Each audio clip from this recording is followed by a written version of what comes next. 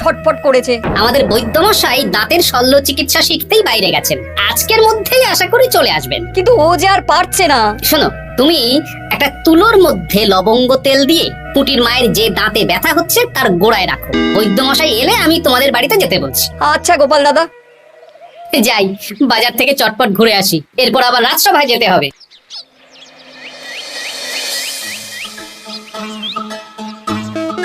উফ, কি গরম রে বাবা, ছাতা নিয়ে বেরোলে ভালো হতো। এই তো সামনে আখের রস বিক্রি হচ্ছে, একটু আখের রস খাই, শরীরটা বেশ চাঙ্গা লাগবে। ভাই, আখের রস কত করে দিচ্ছ? 1 ভাঁড় 10 আনা গোপাল দাদা। দাও দেখি 1 ভাঁড়। এই যন্ত্রটা কিন্তু দারুণ। ওই আমাদের রাজ্যের বিজ্ঞানী মশাইয়ের অবদান।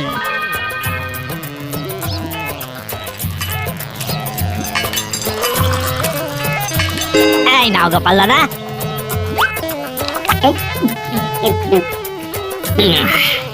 আহ, শান্তি। এই নাও ভাই, তোমার 10 আনা।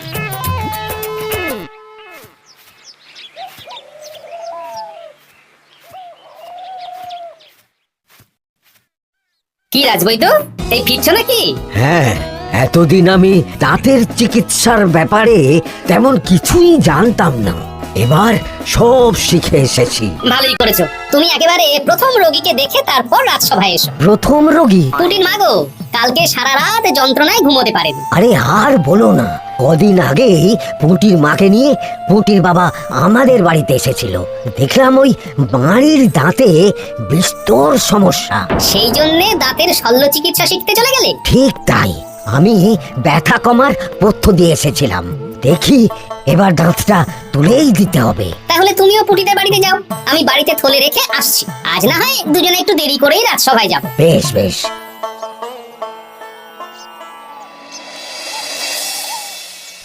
দেখুন মহারাজ, দেখুন আজকে রাজবৈদ্য আসেনি, আর ওদিকে গোপালও ডুব দিয়েছে। এই আনন্দে আমাদেরও ছুটি দিয়ে দিন মহারাজ। কি আনন্দে? এই গরমে বাড়ি বসে একটু আমপানার শরবত খাবো আর ঘুমাবো। রাজ্যের সেনাপতি যদি বিশ্রামের কথা বলে তাহলে আমার আর কিছুই বলার নেই। এই তো দাঁতটা পুরো পোকায় খেয়ে নিয়েছিল। এখন দুদিন কোনো কথা বলা যাবে না, শুধু জল বা তরল জাতীয় খাবার খাবে।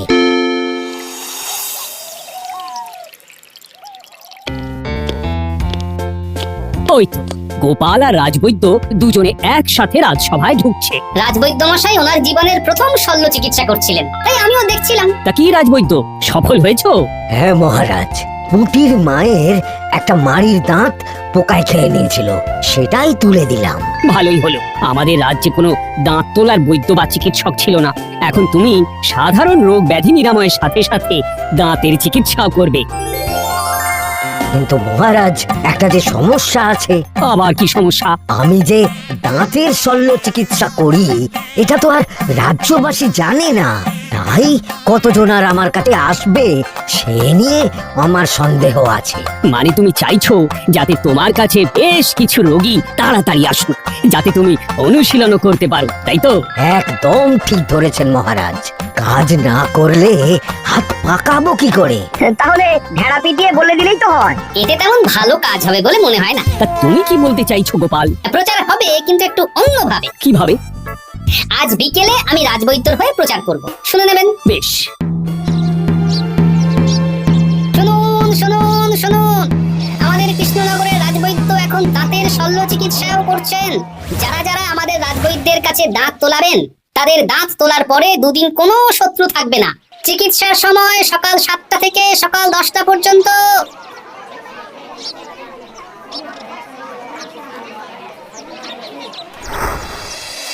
এসব তুমি কি উল্টো পাল্টা কথা বলছো গোপাল? উল্টো পাল্টা না, আপনি দেখুন না আপনার বাড়িতে লোকজন আসে কিনা। আর কেউ যদি জিজ্ঞাসা করে যে এই রকম প্রচারের কারণটা কি, তাহলে বলবেন রাজসভায় আমার সাথে কথা বলতে আমি বুঝিয়ে দেব।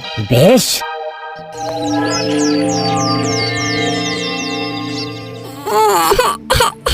তোকে বারবার বলি এত মিষ্টি গুড় কাঠি খাস না। কি করবো বাবা, কি ব্যথা।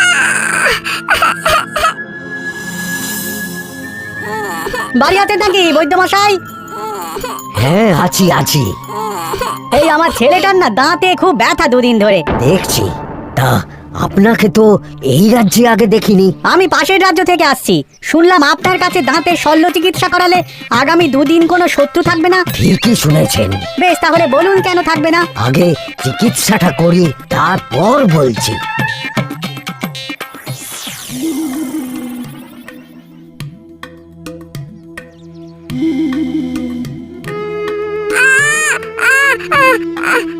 আর চিন্তা নেই, এখন দুদিন কোনো কথা বলা যাবে না। এবার তো বলুন আমার ছেলের আগামী দুদিন কোনো শত্রু থাকবে না কেন? আজকে রাজসভায় চলে আসুন, ওখানে গোপাল এই প্রশ্নের উত্তরটা দিয়ে দেবেন। তা বই তো, তোমার কাছে আজকে কেউ এসেছে? সকাল সকাল দাঁত তুলে এলাম মহারাজ। বাবা, একদিনের প্রচারই এই ব্যাপার? মহারাজ, মহারাজ, বাইরে কয়েকজন অপেক্ষা করছে, তারা গোপাল দাদার থেকে কিছু জানতে চায়। তাদের ভিতরে আসতে বলো।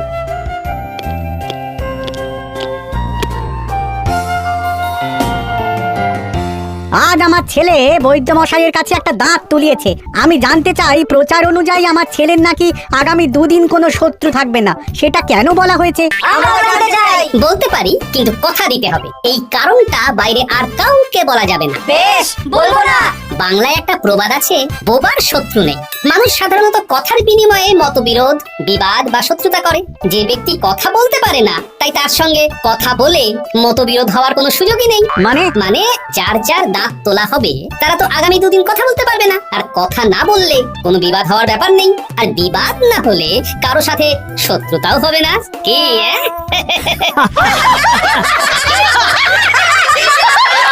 এই জন্যই তুমি হাসির রাজা গোপাল ভাঁড়। কে তোমার কথা শুনতে যাবে? একদিন না হয় প্রচারের চমকে এলো, এরপর কিভাবে আসবে শুনি? এরপর রাজবৈদ্যের সুনামেই লোকজন ছুটে ছুটে আসবে। বাহ বাহ বাহ, তোমার কত জ্ঞান! মহারাজ, এই কথা শুনে আমার মাথাতেও একটা বুদ্ধি এলো। অল্প পুঁজিতে শুধু প্রচারের জোরে এত রোজগার করবো না, গোপাল হাঁ করে দেখবে। নিশ্চয়ই কোনো লোক ঠকানোর কথা ভাবছেন। মোটেই না। আচ্ছা, আগামী 3 দিন ব্যাপী মেলা হবে, সেখানেই তোমরা দুজনে তাহলে ব্যবসা করো। বেশ, করব। যে সবচেয়ে বেশি রোজগার করবে তাকে আমি 50 মোহর পুরস্কার দেব। রাজি। মেলার শেষে আমার প্রশংসায় পঞ্চমুখ হবেন সবাই, দেখে নেবেন।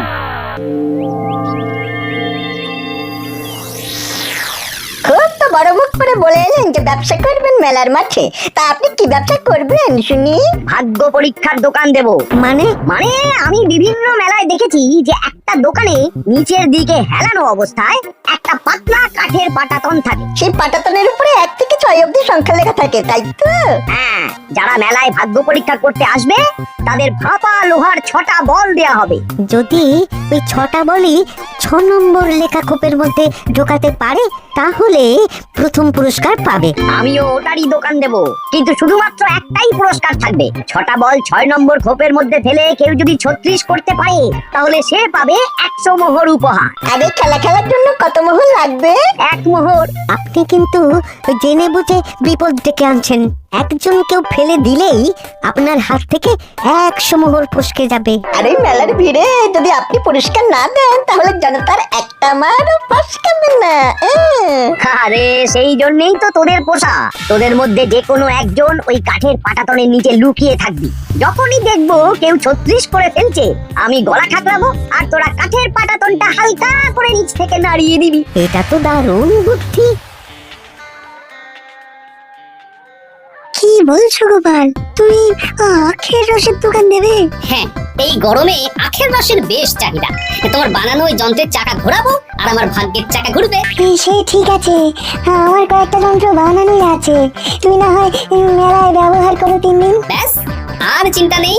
এবার শুধু জমিয়ে আখের রস বিক্রি করব, সাথে বিভিন্ন মশলা, বরফ আর পাতিলেবুর রস দেব।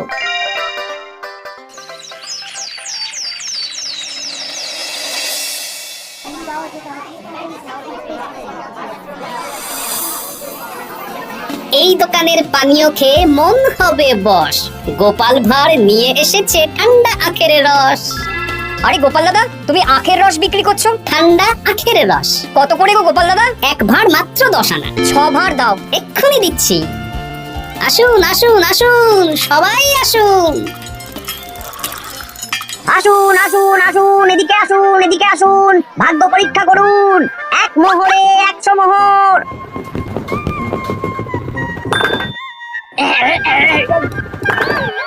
ভাগ্য পরীক্ষা করুন। মন্ত্রী মশাই বলেন কি 1 মোহরে 100?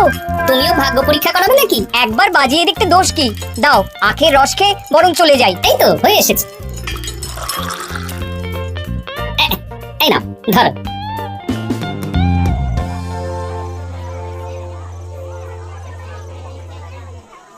কি মন্ত্রী, ব্যবসা কেমন চলছে?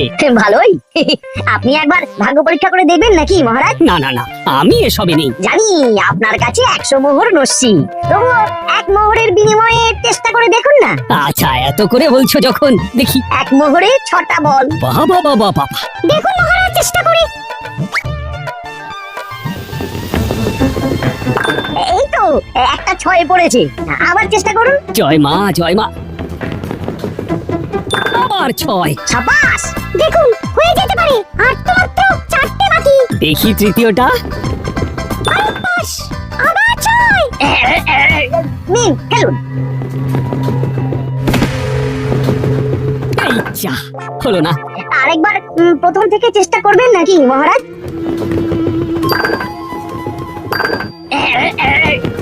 না, এবারেও হলো না। 2 মোহর জলে। অন্য সব জায়গায় বাকি সংখ্যা তো পুরস্কার থাকে, আপনার এখানে নেই কেন? আমার এখানে ধামাকা পুরস্কার, তাই বাকি আর কিছু রাখিনি। 36 করতে পারলেই 100 মোহর। এই নাও মন্ত্রী, 2 মোহর।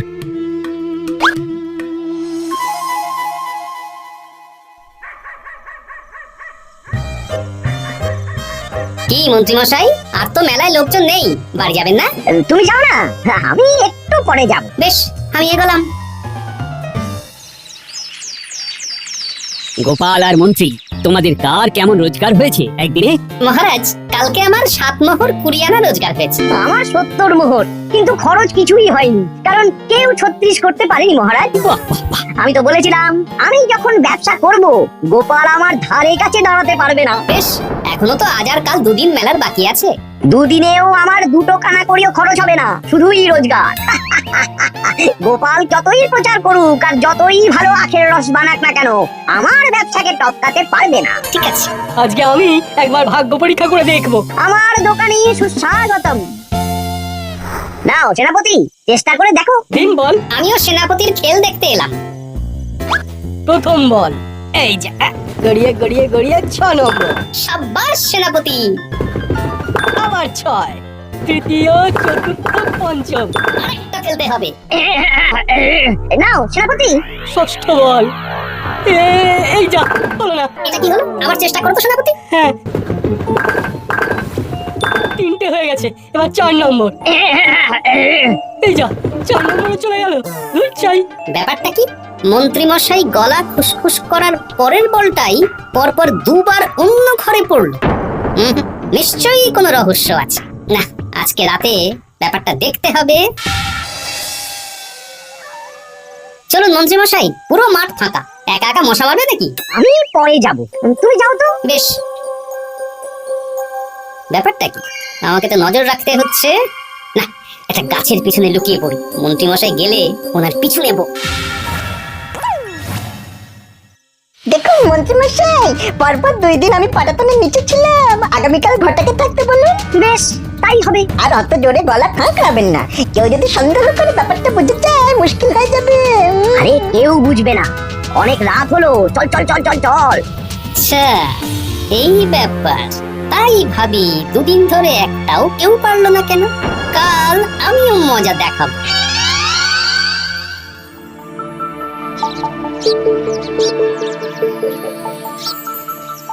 বাবা চলে এসেছেন দেখছি। এত চাহিদা না আমার এই ভাগ্য পরীক্ষার, তাই আগে আগে চলে এসেছি। মন্ত্রী মশাই, আপনাকে মহারাজ এক্ষুনি ডাকছেন। এখন কেন? সে তো জানি না, চলুন।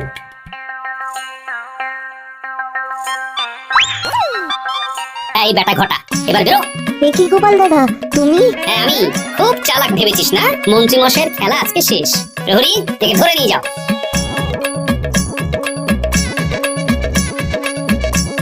বিজ্ঞানী, তুমি তোমার চুম্বক নিয়ে এসেছো তো? হ্যাঁ এবার 6 নম্বরের নিচে একটা টান টান করে সমান রেখা টানতে হবে, আগা থেকে গোড়া অবধি। তুমি তো সব সকালে বুঝিয়ে দিয়েছো, দাঁড়াও দাগটা টেনে নি। একদম 6 নম্বর খোপ অবধি যাচ্ছে, সেই অনুযায়ী টান টান করে দাগ টানো। এই টানছি, তুমি বাইরে নজর রাখো। নজর রাখছি। কাজ হয়ে গেছে, তুমি একবার অনুশীলন করে দেখে নাও। হ্যাঁ দেখছি। শুরু করো। শুরু করছি। একদম পাক্কা আছে। দূর, কেউ ডাকেনি, অকারণে সময় নষ্ট করলো। কতগুলো খদ্দের ফিরে গেছে কে জানে। কি হলো মন্ত্রী মশাই, এত রাগ কিসের? রাগ হবে না, তোর এই বেটা আমার সাথে মজা করছিল। বেশ অনেকজন খদ্দের ফিরে গেল, আমার কত ক্ষতি হয়ে গেল। আমি খেলে আপনার ক্ষতিপূরণ দিতে পারি। কি, তুমি খেলবে? হ্যাঁ, ভাগ্য পরীক্ষা করতে দোষ কোথায়? ওই তো বেশ কয়েকজন সভাসদেরা আসছেন, সবার সামনেই খেলবো। তাহলে শুরু করি। হ্যাঁ, শুরু করো। এই বল যা, 6 নম্বরে যা। আরে বাস, গোপালের ফেলাপল তো গড়ালো না, সোজা 6 নম্বরে চলে গেল। এই দেখুন আবার যাবে, বলকে আমি বলবো, বল কথা শুনবে। এই বল যা তো, 6 নম্বরে যা। আবার ছয়। আবার 6। কি, এটা কি হচ্ছে? যা বল, এটাও 6 নম্বরে যা।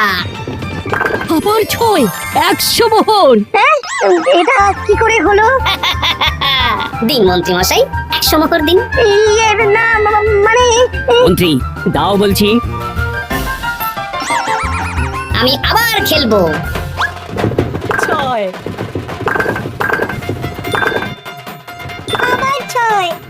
আবার 100 মোহর। আর নেই। এই ঘটা, আরে কি করছিস কি? ঘটা নেই মন্ত্রীমশাই, আমি আছি। আর আছে আমার চুম্বক। মানে তোমার কারসাজি ধরা পড়ে গেছে মন্ত্রী, গোপাল আমাদের সব বলেছে। আপনি যেমন ছলনা করে ভাগ্য পরীক্ষার ব্যবসা করছিলেন, তেমনি গোপালও ছলনা করে আপনার ব্যবসা উল্টে দিল। তাহলে শেষমেশ কে জিতলো? হাসি রাজা, জ্ঞানী রাজা, রসিক রাজা, গোপাল ভাঁড়। লোকের ভাগ্য পরীক্ষা করছিলাম, আর আমারই দুর্ভাগ্য নেমে এলো। হাসির রাজা, জ্ঞানের রাজা, রসিক রাজা,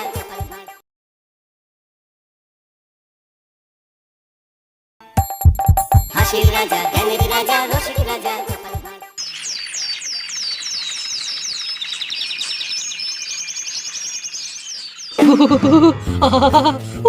এখনো চলছে। তোমাকে এসে থেকেই দেখছি ঘটিতে আঙুল ডুবিয়ে বসে আছো, কি হয়েছেটা কি? আর বলবেন না মহারাজ, আমার গিন্নি চলে যাওয়ার পর থেকে তো হাত পুড়িয়ে খাই। আজকে সত্যি সত্যি রান্না করতে গিয়ে হাত পুড়ে গেছে, তাই তো? হ্যাঁ মহারাজ, আপনি একদম ঠিক ধরেছেন। বেশ বুঝলাম, কিন্তু এখনো গোপাল এলো না। মহারাজ, আপনার জন্য একটা পত্র এসেছে। কই কই দেখি।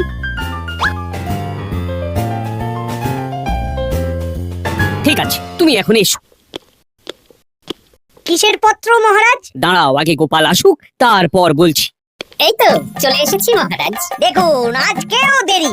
আপনি কিছু গোপালকে বলেন না বলে লাই পেয়ে পেয়ে গোপাল আপনার মাথার উপরে উঠে গেছে। আমার নাম কি চুল নাকি যে মাথার উপরে উঠবো?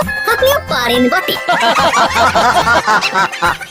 আমার নিজেরটাকেই চুল নেই। বাদ দাও, শোনো, আমি একটা নিমন্ত্রণ পত্র পেয়েছি। পাহাড়পুর রাজ্যের জমিদার বল্লভ নারায়ণ আমাকে নিমন্ত্রণ করেছেন। এ তো বেশ সুসংবাদ মহারাজ। পাহাড়পুর অপূর্ব সুন্দর রাজ্য, আপনি ঘুরে আসুন মহারাজ। না না না না না, আমি একা যাব না, তোমাকেও যে যেতে হবে। আজ বিকেলেই বেরোবো, তুমি জামা কাপড় গুছিয়ে রেখো। এ আমার পরম সৌভাগ্য মহারাজ। কি মহারাজ, গোপাল কেন যাবে? আমি কি দোষ করেছি? আমাকেও নিয়ে চলুন। না না না, তুমি রাজ্যের মন্ত্রী, আমি বেশ কিছুদিন থাকবো না, তাই রাজ্যটা তোমাকেই সামলাতে হবে। আচ্ছা আচ্ছা, আপনি তো রানীমাকেও নিয়ে যেতে পারতেন। আমি কোথায় কাকে নিয়ে যাব সেটা আমার একান্তই ব্যক্তিগত ব্যাপার, তুমি বেশি বোঝাতে এসো না মন্ত্রী। বেশ। গোপাল গোপাল আর গোপাল, এই গোপালের জন্য আমাদের কপালটাই মন্দ থেকে গেল। মন্দ না, বলুন বন্ধ থেকে গেল। সব সুযোগ ওই গোপাল পাবে, আর আমাদের বেলা ছাই। আজকেও গোপাল রাজসভায় দেরি করে এলো, তবুও বেটাকে মহারাজ কিছু বললেন না। বলবে কি? উল্টে মহারাজই তো গোপালকে ঘুরতে নিয়ে যাচ্ছেন। পাহাড়পুরে গিয়ে ভালো মন্দ আহার করবে গোপাল, আর আমি রাজ্য পাহারা দেব। হ্যাঁ, ঘেন্না ধরে গেল এই জীবনে। গোপাল যতদিন আছে ততদিন কিন্তু আমরা ওই ফুলে ফেপে উঠতে পারবো না। গোপালের যেন 7 খুন মাপ। আমরা তো বানের জলে ভেসে এসেছি। আপনি তো গোপালকে তাড়ানোর অনেক চেষ্টা করেছেন, কিন্তু কিছুতেই কিছু হয়নি। হবে কি করে? গোপালের একে ওই ক্ষুরোধার বুদ্ধি, তারপর মহারাজের উপর অগাধ বিশ্বাস, দুটো মিলেমিশে এক হয়ে গেছে। মাঝে মাঝে তো মনে হয় বেটাকে মেরেই ফেলি। আমার দু চক্ষের বিষ।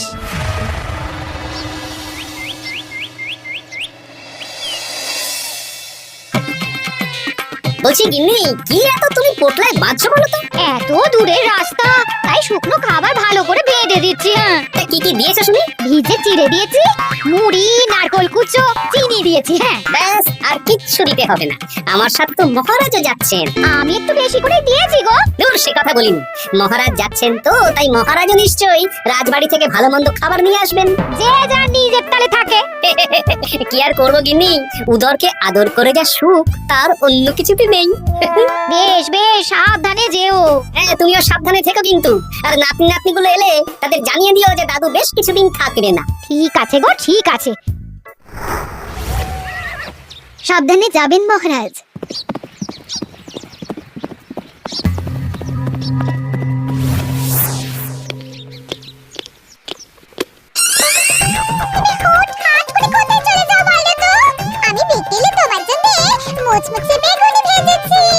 সে ঠিক আছে, কিন্তু তোমাকে এখন রান্নাঘরে থাকলে হবে না গিন্নি।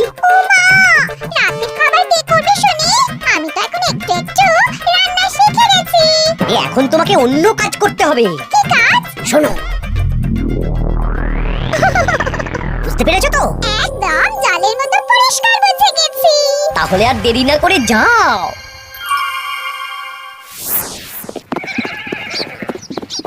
মহারাজ, একটা কথা বলতে পারি? বলো গোপাল। আমরা পাহাড়পুর জমিদার বাড়িতে যাচ্ছি কেন? তুমি তো জানো আমাদের সেনাপতি এখন একা একাই নিজের সংসার সামলায়। হ্যাঁ, ওই ঘটনার পর থেকে তো সেনাপতির জন্য ভালো পাত্রীও পাওয়া যায়নি। পাহাড়পুরের জমিদার বল্লভ নারায়ণের একমাত্র কন্যা এখন বিবাহযোগ্যা, তাই আমি আর তুমি দেখতে যাচ্ছি। সেনাপতিকেও সাথে নিয়ে গেলে হতো। না, আগে আমরা যাব, মেয়েটা কেমন সেটা বিচার বিবেচনা করে ফিরে আসবো। তারপর যদি সেনাপতি রাজি হয়, তখন আমরা বাকি ব্যবস্থার দিকে এগোবো, তাই তো? একদম তাই। আর তোমার যে ভালো মানুষ চেনার ক্ষমতা আমার জানা আর কেউ নেই, সেই জন্যই তো তোমাকে নিয়ে এলাম। এ আমার পরম সৌভাগ্য মহারাজ।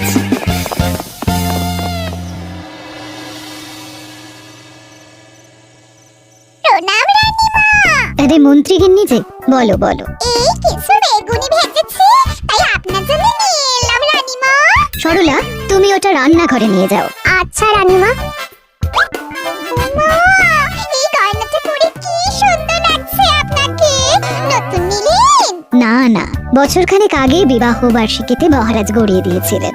একটা কথা বলবো রানীমা? বলো না, কি বলবে? আমার মনে হয় আপনাকে আমাদের মহারাজ না আর আগের মতন ভালোবাসেন না।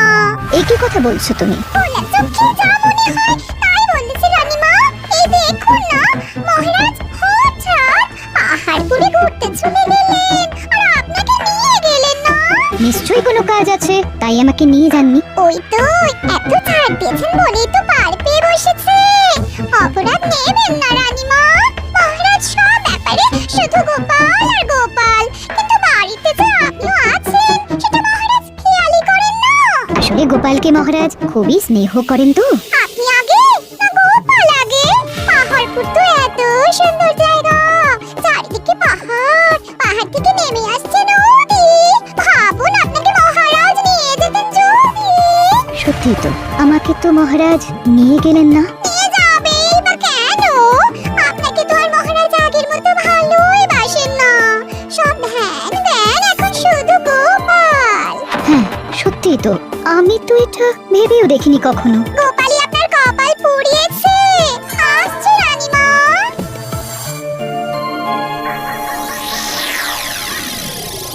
কি গো গিন্নি, আমি যেমন যেমন বলেছি তুমি তেমন তেমন রানীমাকে বুঝিয়েছো তো? হ্যাঁ হ্যাঁ, আমি একেবারে এমন ভাবে কানে পুষ্পন্ধ ঢেলেছি, রানীমার কান মাথা সব ভরে গেছে।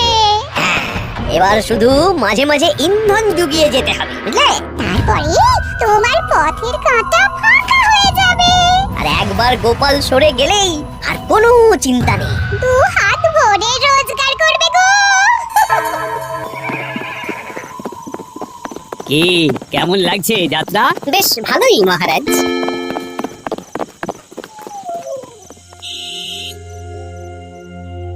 রানীমা, খাবার কি আমি এই ঘরে নিয়ে আসবো? না, আজ আমি কিচ্ছু খাবো না, কিচ্ছু না, খিদে নেই, যাও। এ কি রানীমা, আপনি তো সেই দুপুরের পর কিছুই খাননি। তোমাকে একবার কিছু বললে তুমি বুঝতে পারো না? বলেছি তো আমার খিদে নেই, আমাকে বিরক্ত করো না, যাও।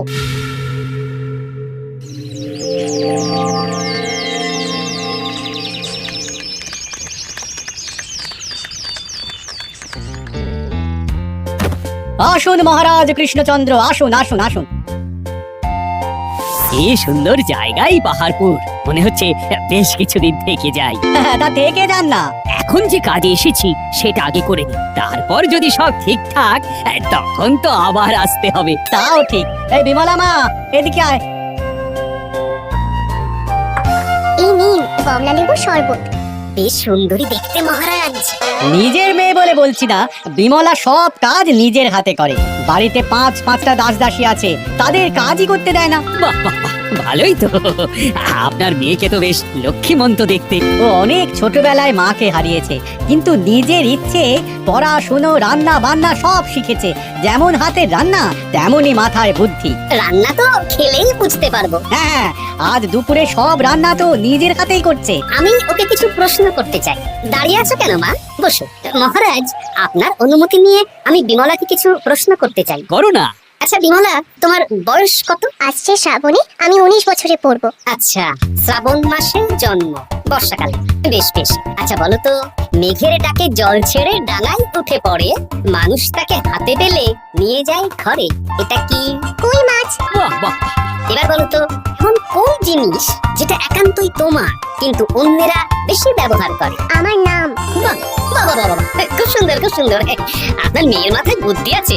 আচ্ছা আচ্ছা, আরেকটা প্রশ্ন করবো। বলো তো, একটা অঙ্ক পরীক্ষায় তোমার বাবা 100-তে 90 পেয়েছে, তুমি 100-তে 100 পেয়েছো, আর আমি 100-তে 95 পেয়েছি। তাহলে কে বেশি বুদ্ধিমান?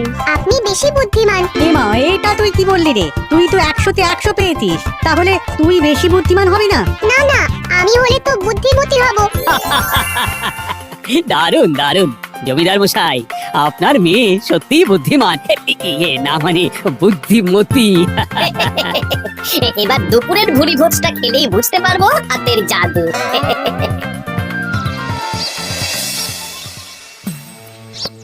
রানীমা, বেলা হয়ে গেছে, এভাবে না খেয়ে থাকবেন না, আপনার শরীর খারাপ করবে। তোমাদের মহারাজ আসুক, তারপরে খাবো। যতদূর জানি মহারাজ আগামীকাল সকালে ফিরবেন। বেশ, আমাকে একটু শরবত করে এনে দাও, আর কিছু খাবো না। আচ্ছা রানীমা। বুঝলি, আজ পুকুর ঘাট থেকে এটা শুনলাম না। কি শুনলে? রানীমা গতকাল বিকেল থেকে কিচ্ছু খাচ্ছেন না, মহারাজের উপর রাগ করে। এখন রানীমার রাগ, এরপর ভাগ গোপাল ভাগ।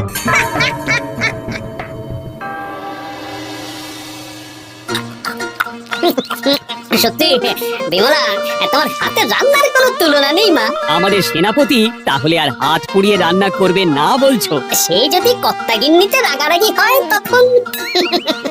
মা আমার লজ্জা পেয়েছে। তা আপনাদের কোনো আপত্তি নেই তো? কি যে বলেন, আপনার রাজ্যের সেনাপতি বলে কথা। বলছি, বিমলাকে তো আমাদের সেনাপতি দেখলো না, তাহলে? বিমলার একটা তৈলচিত্র আছে, আমি আপনাকে বরং সেটা দেব, আপনি ওনাকে গিয়ে দেখাবেন। সেই ভালো হবে, আমাদের খুব পছন্দ হয়েছে। তাহলে সেনাপতি রাজি হলে আমরা বিবাহের তারিখ চিঠিতে জানিয়ে দেব। আচ্ছা মহারাজ।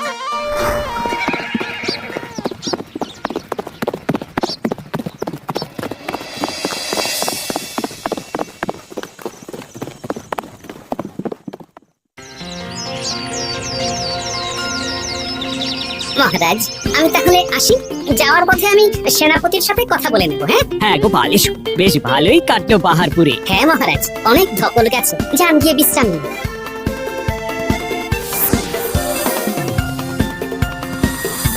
কি সেনাপতি, পছন্দ তো? হ্যাঁ, খুব পছন্দ হয়েছে গোপাল। তোমার চোখ তো দেখছি একেবারে জহুরির চোখ।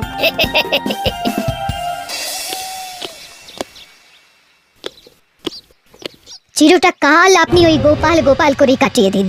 কি হলো? রানীমা গত পরশু থেকে কিচ্ছু খাননি, গতকাল একটু শরবত খেয়েছেন শুধু। কেন, কি হয়েছে? দেখুন মহারাজ, সহ্যের একটা সীমা আছে। আরে আমার তো কিছুই মাথায় ঢুকছে না। মাথায় শুধু গোপাল থাকলে আমার কথা ঢুকবে কি করে মহারাজ? আপনি আমাকে আর আগের মতো ভালোবাসেন না মহারাজ। এসব কি বলছো রানী? ঠিকই বলছি। আপনি খেয়ালই করেননি যে আমি গলায় আপনার পছন্দের পান্নার হার পরেছি মহারাজ? আরে আমাকে বলার সুযোগ দেবে তো? দেখুন, আপনি পাহাড়পুরে ঘুরতে গেলেন, গোপালকে নিয়ে গেলেন। আমারও মনে হয় কোথাও ঘুরতে যাই মহারাজ। আরে গোপালকে নিয়ে যাওয়ার প্রয়োজন ছিল, তাই নিয়ে গেছি। গোপাল তো আপনার প্রিয়জন, তাই ওকেই আপনার প্রয়োজন। আমি তো কেউ না। দেখো, গোপাল আমার সব বিপদে আপদে পাশে থাকে, তাই ওকে ভরসা করি। সেটা তো তুমি খুব ভালো করে জানো। আজকের পরে হয় গোপাল থাকবে, না হলে আমি থাকবো। না না না, এ হতে পারে না।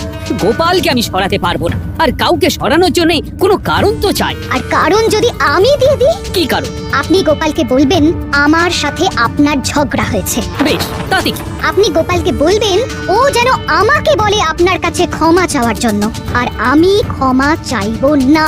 ব্যাস, আপনি এই সামান্য কাজটা গোপালকে করতে না পারার জন্য ওকে তাড়িয়ে দেবেন। ওকে মাত্র 7 দিন সময় দেবেন, ব্যাস। ঠিক আছে, আমি এক্ষুনি গোপালকে ডেকে পাঠাচ্ছি। দেখো গোপাল, এখন যদি রানী আমার কাছে ক্ষমা না চায়, তাহলে কিন্তু আমি বাধ্য হব তোমাকে রাজসভা থেকে তাড়িয়ে দিতে। আচ্ছা মহারাজ, বুঝেছি। রানীমা আপনার কাছে ক্ষমা চাইবেন, কিন্তু তার জন্য আপনাকে আমার কথা মতো কিছু কাজ করতে হবে মহারাজ। কি কাজ বলো? বুঝেছেন? হ্যাঁ। না গোপাল, আমি মহারাজের কাছে ক্ষমা চাইতে পারবো না। দেখুন রানীমা, আমার মনে হয় আপনার ক্ষমা চাওয়াই উচিত। পুরুষ মানুষের মন বলে কথা, যদি বেশি দিন আপনি মহারাজের সাথে এরকম তিক্ত সম্পর্ক রাখেন, তাহলে কিন্তু মহারাজের মন অন্যদিকেও চলে যেতে পারে। এমনিতেও কি গোপাল? কিছু না রানীমা, শুধু এটুকু জেনে রাখুন, রাজবাড়ির মাঠে বাঁশ বাঁধা হবে। মানে কেন?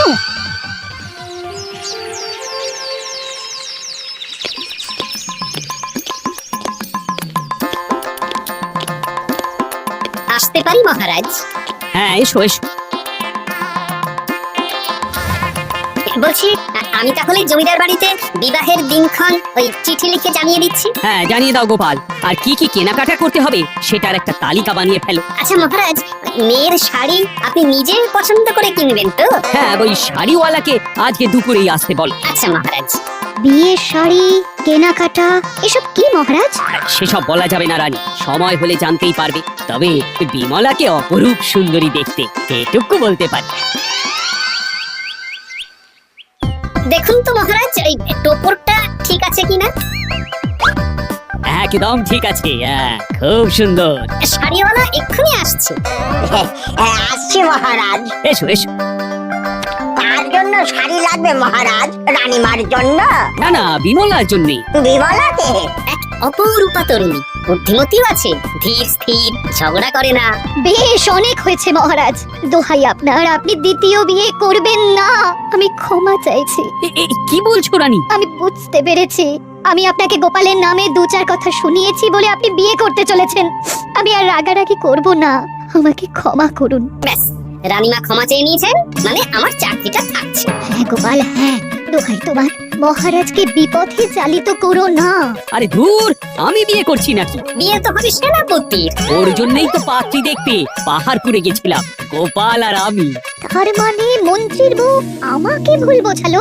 আমার মন্ত্রীর কোনো ষড়যন্ত্র হবে, ওকে না নিয়ে গিয়ে গোপালকে নিয়ে গেলাম বলে। সেনাপতির বিয়ের আগেই আপনি মন্ত্রী মশাইকে ধোলাইটা দিয়ে দিন। ঠিক বলেছো রানী, তুমি বরং শাড়ি পছন্দ করো, আর আমি চললাম মন্ত্রীকে ধোলাই দিতে।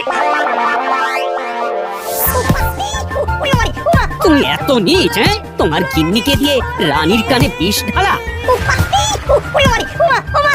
ভুল হয়ে গেছে, ক্ষমা করে দিন। এখন মন্ত্রী মশাই ভ্যা করছেন, কদিন পরে সেনাপতির বিয়েতে হবে ছাদনা তলায়।